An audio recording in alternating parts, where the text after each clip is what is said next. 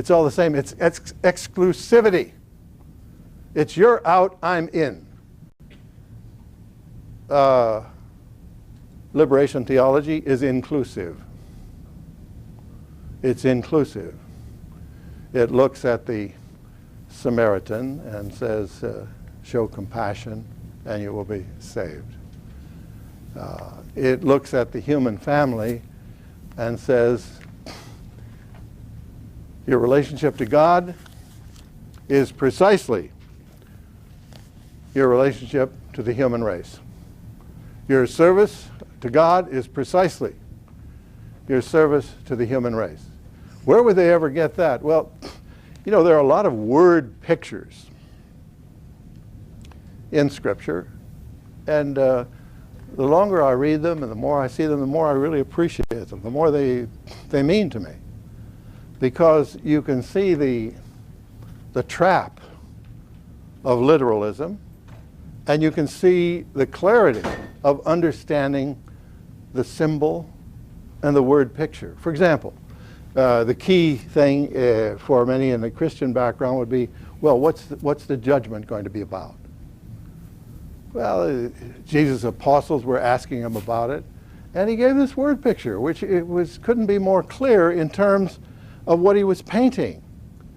He said, well, at that time the king will say to those on his right hand, come into the kingdom, because I was hungry and you gave me to eat.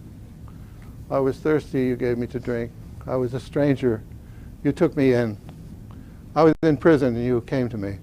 I was sick and you visited me. Come into the kingdom. And of course they'll say, well, when did we see you sick or hungry or in prison? And the response, of course, was, whatever you did to one of these, you did to me. Your service of God is your service to your fellow people. That's part and parcel. So I think what is called liberation theology, as time goes on, will simply be called theology. It had to come forward in the world in opposition to the imperial theology of just listen to the boss, whatever the boss says is right, do what you're told, keep your mouth shut, follow orders. That's militarism. And that's what we've lived with. And that's why in our culture it is difficult at times to be a voice for peace. Why? Because peace, my God, that's unpatriotic, isn't it? Well, please. It's time for us to grow up and to realize that our militarism at this time is destroying the United States of America and will be destroying the planet. The planet can't take it anymore. The military of the world at peace, please follow me, is the greatest threat to our environment. The military of the world at peace is the greatest threat to the environment. That's because of all the toxic junk that it creates.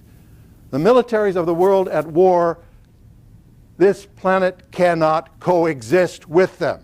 So you want to be a militarist, that's fine, but you can't have this planet as your home anymore because it can't take that junk. Here we are saying to a small country, you might have a nuclear weapon. You might have one. We've only got 10,000, but that's fair, you see, and we've used them. And we've used them against civilians in Hiroshima and Nagasaki. But you know, God is on our side. So it's okay for us to have them. Instead of signing an agreement that we will destroy these planet-busting weapons. At this time we have the technology to do that. We have the ability to do it. We're not doing it because some 19th century politicians think that our little country of 5% of the world's people can tell the other 95% of the world what to do. We cannot. We are at a situation today where the resistance is clear all over the world. Watch it very closely.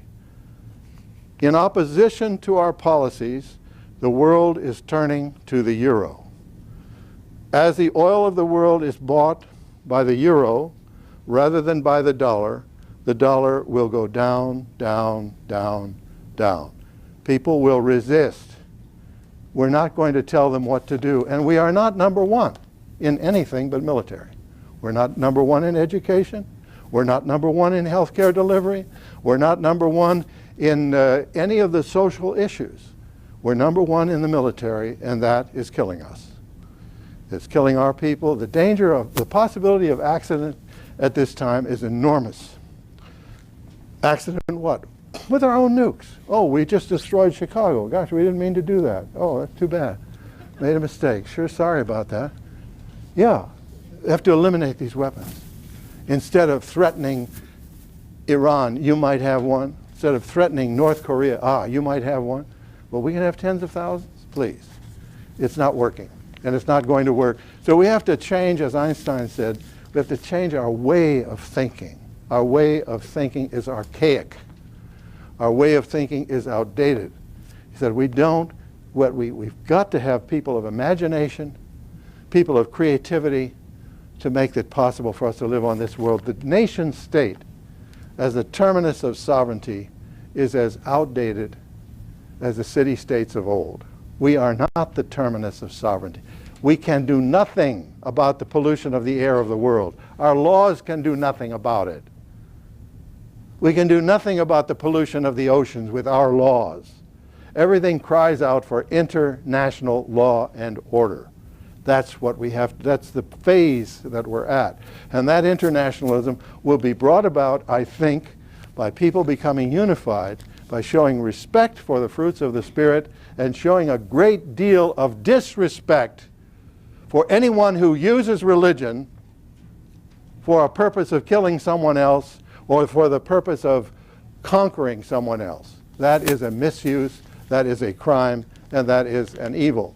We want to, we have questions, and I don't want to talk at you. So please bring up your perspective. This is my perspective on the ethics of liberation theology and how it is not here to mess with your faith.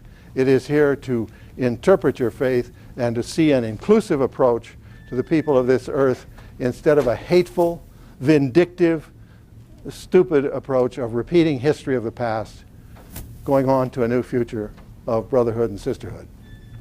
Yeah. Any additions or corrections to the minutes of this meeting? Yes, sir. I just had a question. At the beginning of the talk, Dr. Stoltz mentioned that you were expelled from Guatemala. Yes. Can you tell us how that happened? I was expelled by the church, by the state, by everybody, I guess. They accused of fostering a revolution. And I was sent back to my headquarters in New York, headquarters of the Mary Noble Fathers. And I got there, and the superior general told me, well, you better not say anything about Latin America. So don't write anything, don't speak, don't organize any groups. Go to Hawaii and be quiet. So I went to Hawaii. I was there overnight. Again, we had a rather militaristic view. I was following orders. Went to Hawaii. I got there one evening. Next morning, I got up and said, these conditions aren't for real, are they? And he was just angry, wasn't he? He said, no, those are the conditions. You can't write, you can't speak. I said, when's the next plane out of here?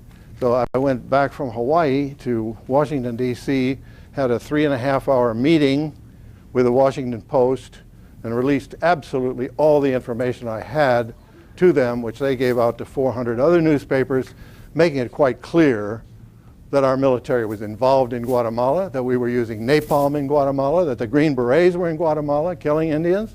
And so, shut up about this? I'm sorry, friends. I don't shut up. So after I did that, that's the last thing I remember. Yes, ma'am. What is the name of the bishop that was recently beaten to death in Guatemala? Bishop Girardi.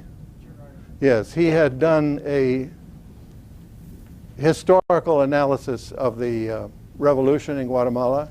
He released it one night indicating that the government was responsible for approximately 90-some% of the killings, and the rebel forces were responsible for a very small percent, and that it was a small percent we didn't know who did. He was killed within a week of releasing that information. Guatemala is still dominated by the military. Death squads are still active there, even in spite of the peace accords that were signed in 1996, but we are making some headway. Those peace accords were handled by the UN, by the way. If it had been US, we'd probably still see fighting going on down there. The UN brought about the peace accords in Guatemala and the peace accords in El Salvador as well. El Salvador has limited its military since the peace accords. Guatemala has not.